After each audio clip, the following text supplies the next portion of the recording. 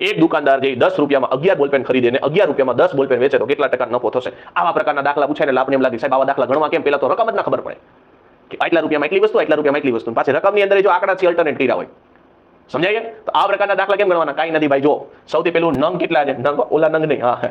તો બોલપેન કેટલી છે સાહેબ? 11 બોલપેન છે. અહીંયા લખીશ નંગ, અહીંયા રૂપિયા લખીશ. રૂપિયા કેટલા છે? તો સાહેબ 10 રૂપિયામાં 11 બોલપેન ખરીદી છે તો 10 રૂપિયા છે.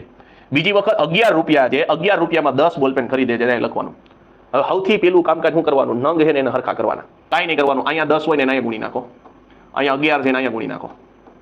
હાલો 10 છે તો અહીંયા 10, 11 છે 11, હિસાબ કરો તો 10 10 અહીંયા સાહેબ 100 થઈ ગયા.